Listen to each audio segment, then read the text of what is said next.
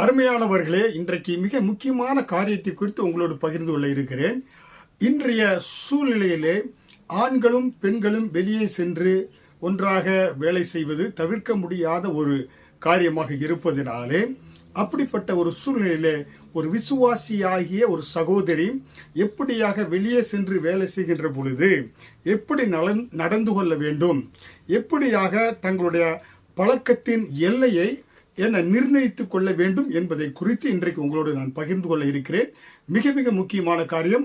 நீங்கள் கவனித்துக் கொள்ளுங்கள். முழு செய்தியையும் சேனலை சப்ஸ்கிரைப் பண்ணி நீங்கள் அதில் தெரிந்து கொள்ளலாம். பாருங்க, முதலாவது உங்களுடைய பழக்க வழக்கங்களை நீங்கள் எப்படியாக அமைத்து கொள்ள வேண்டும், உங்களுடைய எல்லைகளை எப்படியாக நீங்கள் வரையறுத்து கொள்ள வேண்டும் என்றால், உங்களின் பொருளாதாரத்தில் இயலாத ஒரு சூழ்நிலையை ஒருபோதும் நீங்கள் வேலை செய்கிற இடத்திலே ஆண்களிடத்தில் சொல்லவே கூடாது. உங்கள் அலுவலகத்திலே எனக்கு இந்த பொருளாதாரத்தில் பிரச்சனை இருக்கிறது அது என்று காரியங்களை குறித்து, பொருளாதாரத்தில் இயலாமையை குறித்து உங்களோடு உடன் பணிபுரியக்கூடிய ஆண்களிடத்தில் பேசவே கூடாது. இரண்டாவது, உங்களோடு பணிபுரியும் ஆண்கள் விமர்சிக்கிற அளவுக்கு உங்களுடைய உடையை நீங்கள் அணியவே கூடாது. நீங்கள் அணியக்கூடிய உடை உங்களுடைய வேலை பார்க்கக்கூடிய ஆண்கள் விமர்சனம் அதை பண்ணக்கூடாது. மூன்றாவது, அலுவலகம் என்பது நீங்கள் பணிபுரிய மட்டுமே, வேலைக்காக உங்களுக்கு பணம் தேவை, பணத்துக்காக நீங்கள் வேலைக்கு போகிறீங்கிறே தவிர அங்கே போய் பார்த்தீங்கன்னா உங்களுடைய சொந்த காரியங்கள், குடும்ப காரியங்கள் மற்றும் தனிப்பட்ட விருப்பங்களை அலுவலகத்தில் நீங்கள் அங்கே கலந்து ஆலோசிப்பதற்கோ அங்கே அந்த காரியங்களை வைத்துக் கொள்வதற்கோ அது அங்கே அந்த இடம் அல்ல. அதை தெளிவாக தெரிந்து கொள்ள வேண்டும். தனிப்பட்ட காரியங்களோ குடும்ப காரியங்களோ அலுவலகத்தில் வைத்து அங்கே நீங்கள் கதையை ஓட்டக்கூடாது. நான்காவதாக, நட்பு ரீதியாக நீங்கள் என்ன செய்யலாம், வேலை பார்க்குற வேலை இடத்துல உங்களுடைய அந்த காரியம் நட்பு ரீதியாக நீங்கள் புன்னகைக்கலாம். ஆனால் காரணம் இல்லாமல் எல்லாவற்றுக்கும் புன்னகைத்து கொண்டே இருக்கக்கூடாது. அதாவது ஒன்று சொல்ல இருந்தாக்க, முக்கியமாக இதை எல்லாரும் ஆண்களாக பெண்களாக இருந்தாலும் தெரிந்து கொள்ளணும். நாம் ஒரு காரியம் செய்கிறோம் என்றால் முதலாவது அது எனக்கு பிரயோஜனமாக இருக்கிறதா, இரண்டாவது இது மற்றவர்களுக்கு இடர்களை உண்டாக்குகிறதா, மூன்றாவது எல்லாவற்றுக்கும் மேலாக கர்த்தருடைய நாமத்தை இந்த காரியம் மகிமைப்படுத்தக்கூடியதாக இருக்கிறதா என்பதை உணர்ந்து அந்த காரியத்தை நீங்கள் செய்ய வேண்டும். அதனால்தான் புன்னகை என்பது எப்பொழுது நீங்கள் சிரித்து கொண்டே எல்லா காரியத்தையும் இருக்கக்கூடாது, காரணம் இல்லாமல்.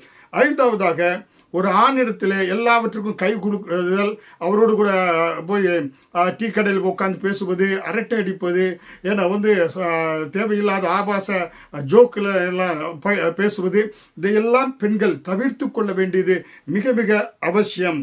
ஏனென்றால் நீங்கள் அப்படி இருந்தீர்கள் என்றால் மற்றவர்கள் உங்களை கூர்மையாக கவனிக்கிறார்கள், உங்களுடைய இமேஜ் பாதிக்கப்படும். அடுத்ததாக, ஒரு ஆணுக்கும் பெண்ணுக்கும் உள்ள அந்த முக்கியமாக நீங்கள் அலுவலகத்தில் வேலை பார்க்கிறீர்கள் என்றால் நல்ல மெச்சூரிட்டி ஆக எல்லாரும் நடந்து கொள்ளணும். ஆண்கள் மெச்சூரிட்டியான ஆண்களோடு நீங்கள் காரியங்களை வேலை செய்கின்ற பொழுது உங்களுக்கும் அந்த மெச்சூரிட்டி உண்டாகும், நல்ல ஒரு முதிர்ச்சி உண்டாகும். ஒரு தகப்பன் ஒரு சகோதரனோடு வேலை செய்யக்கூடிய ஒரு அனுபவம் உங்களுக்கு உண்டாகும். ஏனென்றால் இந்த உலகத்திலே பெண்களை எல்லாரும் பார்க்குறாங்க ஒரு சதை பிண்டமாக தான் பார்க்குறாங்க. அது 70 வயசு தாத்தாவாக இருந்தாலும் 80 வயசு தாத்தாவாக இருந்தாலும் பெண்களை பெரும்பாலும் சதை பிண்டமாக பார்க்குறாங்க, அவங்க ஆபாசமாக பார்க்குறாங்க. அப்படிப்பட்ட உலகத்திலே பெண்களே நீங்கள் கவனமாக மற்றவர்களோடு கூட நடந்து கொள்வதில் மிக மிக கவனம் அவசியமாக இருக்கிறது. அதனால்தான் நீங்கள் நடந்து கொண்டீங்கன்னா உங்களுடைய பாதுகாப்பை நீங்களே என்ன செய்றீங்க, ஒரு பாதுகாப்பு வளையத்தை நீங்கள் உருவாக்கி விடுறீங்க. புரியுங்களா? முக்கியமாக நீங்கள் வேலை செய்கின்ற பொழுது எந்த ஆணோடும் ரகசிய குரலில் பேசவே கூடாது. அந்த ஆணிடத்தில் குனிந்தோ ரகசிய குரலில் நீங்கள் பேசுனீங்கன்னா கேட்பவர்களுக்கு அது ஒரு தப்பான அபிப்பிராயத்தை உண்டு பண்ணும். ரகசிய மொழிகளிலோ ரகசிய சைகைகளிலோ ரகசியமாக பேசுவதை தவிர்த்து கொள்ள வேண்டும். அடுத்ததாக நீங்கள் பெரும்பாலும் நாங்கள் சிங்கப்பூர் தேசத்தில் வாழ்கிறோம். பெரும்பாலும் அலுவலகத்தில் யாரும் கொலுசு ஜல் கொலுசோ வளையல சத்தம் போடுறதால யாரும் இங்கே அணிய மாட்டார்கள். ஆனால் இந்த தேசத்தில் அநேகர் அணிவாங்க. அது என்னன்னாக்கா அநேகருடைய கவனங்களை அது ஈர்க்கக்கூடியதாக இருக்கும், சிதறடிக்கை செய்யக்கூடியதாக இருக்கும். அதை முடிஞ்ச அளவு நீங்கள் தவிர்த்து கொள்ளலாம். புரியுங்களா?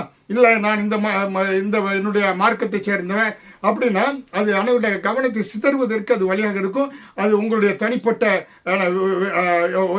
சிந்தனைக்கு நான் விட்டு விடுகிறேன். அடுத்ததாக உங்களுடைய ஆடையை குறித்து, நீங்கள் போட்டிருக்க ஆடையை குறித்தோ மற்ற காரியங்களை குறித்து யாராவது பாராட்டினாங்கன்னா ஒரு வார்த்தை நன்றின்னு சொல்லி விட்டுருங்க. அதுக்கு மேலே நீங்கள் வழிந்துக்கிட்டு புகழ்ந்துட்டாங்க அப்படின்னு மயங்கி விடாதீர்கள். புரியுங்களா? அதனால அவங்க புகழ்வதனால தேவையெல்லாம் வெட்கப்படக்கூடாது. புரியுங்களா? இந்த காரியங்கள் மிக மிக முக்கியம். அதனால் அருமையான தேவனுடைய பிள்ளைகளே, ஒரு விசுவாசி எப்படியாக வெளியிடத்தில் நடந்து கொள்ள வேண்டும், எப்படிப்பட்ட பழக்க வழக்கங்களை கை கொள்ள வேண்டும் என்பதை குறித்து இன்றைக்கு உங்களுக்கு சொல்லியிருக்கிறேன். இதோட தொடர்ச்சியை அடுத்த தொடரில் உங்களோடு பகிர்ந்து கொள்கிறேன். அதனால ஒன்று கவனம் வைத்துக் கொள்ளுங்கள். நீங்கள் மனதிலே எதை செய்தாலும் உங்களுக்கு புரோஜனமா, மற்றவர்களுக்கு அது புரோஜனமா, மற்றவர்களை இடர்கள் உண்டாக்குகிறதா, கர்த்தருடைய நாமத்தை மகிமைப்படுத்தக்கூடியதாக இருக்கிறதா என்பதை நீ கவனிக்க வேண்டும்.